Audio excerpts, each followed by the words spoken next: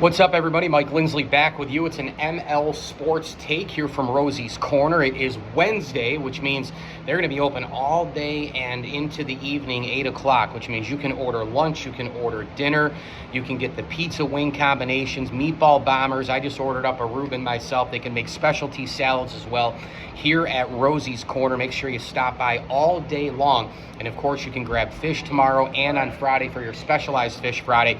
Mac and cheese, coleslaw, French fries to go with that. They'll cater your lunch. They'll cater your business event. All of it here at Rosie's Corner, a proud ML Sports Platter sponsor. Route 11 in front of the Brewerton Bridge. The Edmonton Oilers go into Florida last night, and I'm not going to lie. I mean, when the Panthers were up 3-0 and Edmonton got one game, I said, well, that's nice, but, you know, the way the Panthers play, it just didn't seem to me that Edmonton would be able to win one more. Surprise, Edmonton goes into Florida, hostile environment. The Conn Smythe Trophy, the Stanley Cup Trophy are in the house, ready to be awarded to a Panther team that has been the best in the NHL in the postseason. The way they play, they fly down the middle, they suffocate you. They come at you with all four lines, and Sergei Bobrovsky, who had a horrendous Game 4, you wondered how he'd come back in Game 5. Was there any mental hangover? I didn't think there'd be a hangover of any kind for the Florida Panthers.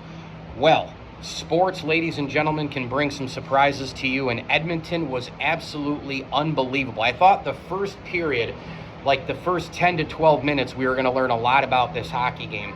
Edmonton told us they were in it to win it. They were forechecking. They were getting the puck deep. They were getting the puck out of the zone of the Florida Panthers. They had, non-high-flying guys, scoring goals early.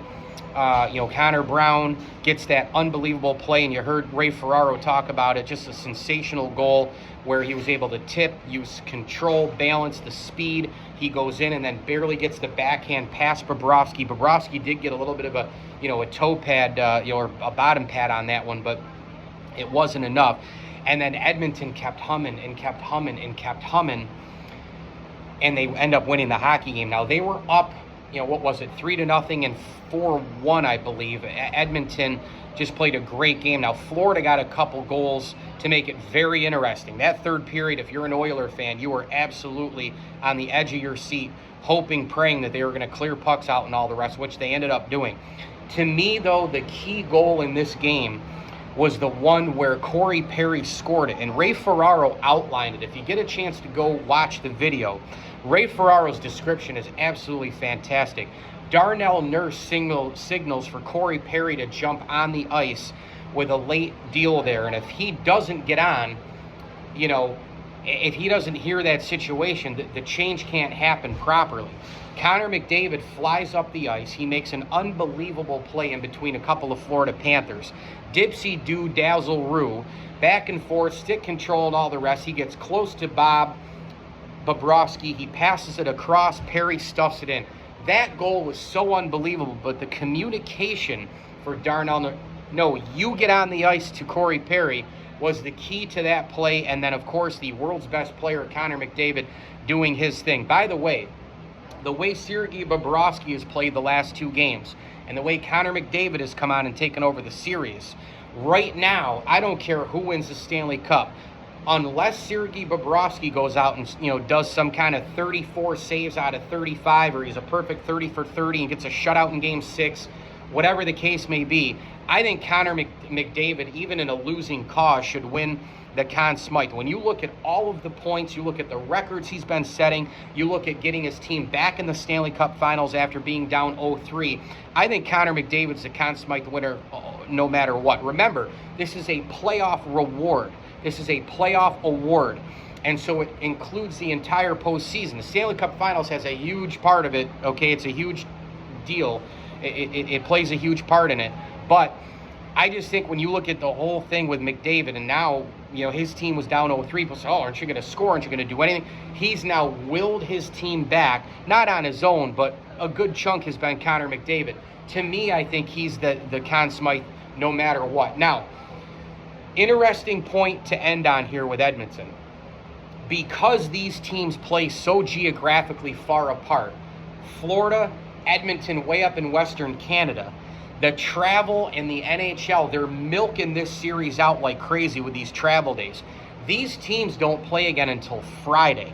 I think, and they play in Edmonton, I think this thing's going to a Game 7 at this point, and then from there, I have no idea what's going to happen because the mental part of Florida, you don't know. It could be shot, they could lose it, they could recover and win it. You don't know how it's going to go. Edmonton with all the momentum, but yeah, Bobrovsky could go and steal it away, plus they're home.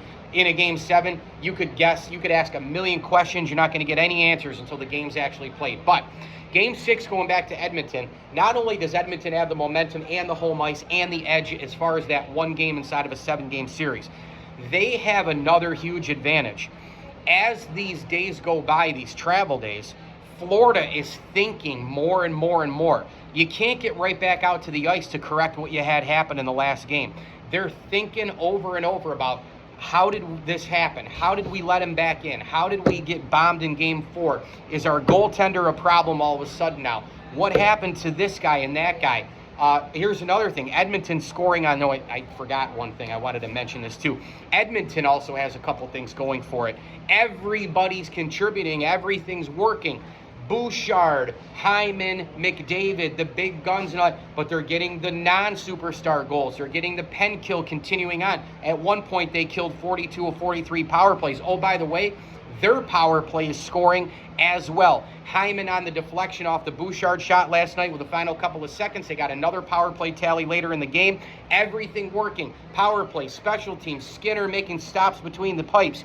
Big-time superstars, Hyman and Draisaitl, well, Draisaitl here and there, but McDavid, Hyman, etc., Bouchard, you get the point, and the pen kill. It's all working there. But again, as I mentioned, as we go, today's Wednesday, they got to think all day today and tonight, the Panthers, all day today, tomorrow and at night on Thursday, and you got to travel as well. You're thinking about it on the plane as well. The Panthers are thinking as these days go on, as this travel schedule is incredibly long. That benefits Edmonton right now, I think, as well. Both teams are getting equal rest.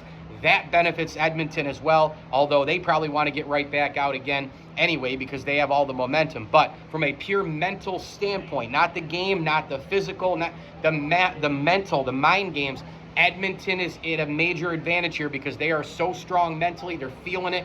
Florida, they got to think about what's happened here, why it's 3-2 going back to Edmonton. I cannot wait for Friday night. Mike Lindsley here. It's an ML Sports Take brought to you by Rosie's Corner. Get here today, Route 11 in front of the Brewerton Bridge. Pizza, wings, pasta, hot and cold subs, and more. Chocolate milk for the kids. They got the mac salad to go with any cold cut sub there. Try the meatball bomber. Try the Reuben. Try the classic burger.